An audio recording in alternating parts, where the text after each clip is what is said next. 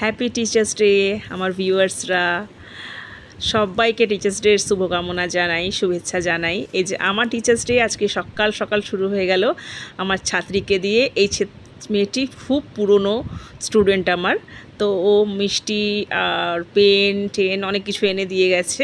তারপরে এই আরেকজন আমার আরেকটা স্টুডেন্ট, সেও কত সুন্দর নমস্কার করে একটা খুব সুন্দর একটা পেন দিয়েছে।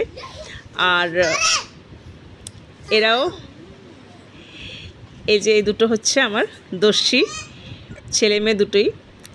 তারপরে আমার আরেকটা স্টুডেন্ট চলে এলো, এটাও আমার অনেক পুরনো স্টুডেন্ট, তাও আমাকে মনে রেখেছে।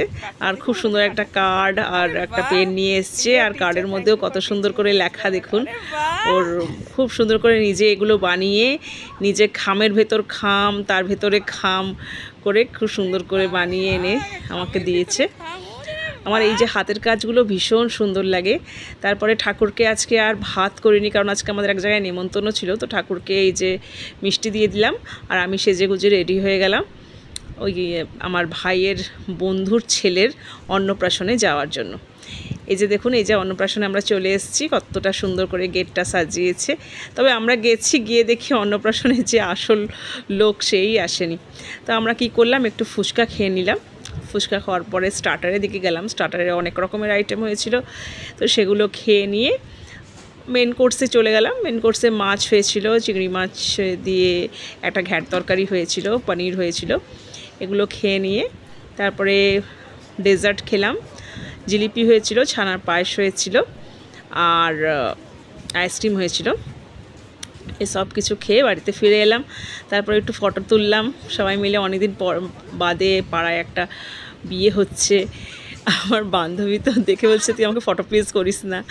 তারপর এই মেয়েটিকে তো আপনারা প্রায়ই দেখে থাকেন, কারণ এ আমার রেগুলার স্টুডেন্ট।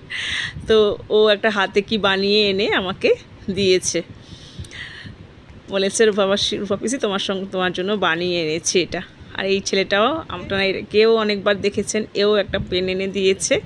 তারপর মোটমাট এগুলো অনেক কিছু পেয়ে ঠাকুরকেও একটু খেতে দিয়ে দিলাম সন্ধেবেলায় খাবারগুলো। এইটাও আমার একটা স্টুডেন্টই আমাকে দিয়েছে, তো সেগুলো ঠাকুরের ভাগ্যেও জুটে গেছে।